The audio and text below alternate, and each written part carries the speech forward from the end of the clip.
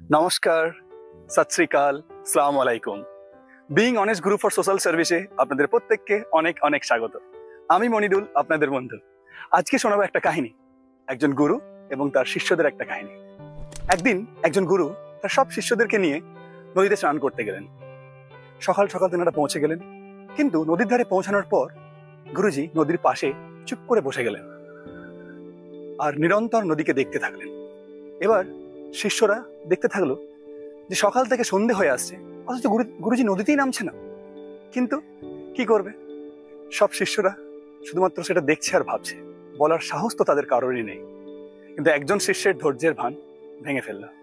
সে অত্যন্ত ভালোবাসা ও শ্রদ্ধার সাথে গুরুজিকে প্রশ্ন করলেন, গুরুজি, আমরা নদীতে কখন নামবো?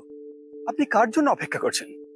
তখন গুরুজি তার দিকে তাকালেন আর বললেন, যখন এই নদীর প্রবাহ বন্ধ হয়ে যাবে তখনই আমরা স্নান করতে নামবো। এই উত্তর শুনে বাকি সব শিষ্যরা অবাক হয়ে গেলেন। তারা ভাবলেন যে গুরুজি কি উত্তর দিচ্ছেন, এই গুরুজি কি জবাব দিচ্ছেন এটা।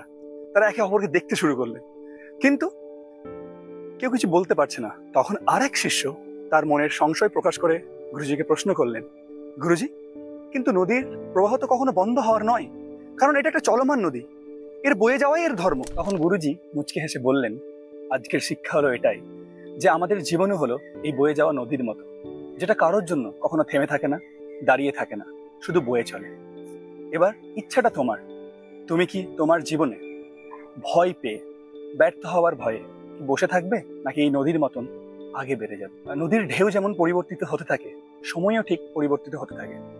তাই সময় তোমার খারাপ হোক বা ভালো, এটা অবশ্যই পরিবর্তন হবে। যদি কখনো তোমার সময় খারাপ চলে, তো নিজের ওপর ভরসা রেখো, বিশ্বাস করো, আর যা কিছুই হয়ে যাক না কেন, নিজের হিম্মত যেন কখনো হেরে না যায়। জীবনের এই নদীতেও শুধুমাত্র বয়ে যেতে হবে, কারণ সময় বদলাতে খুব বেশি দেরি লাগে না।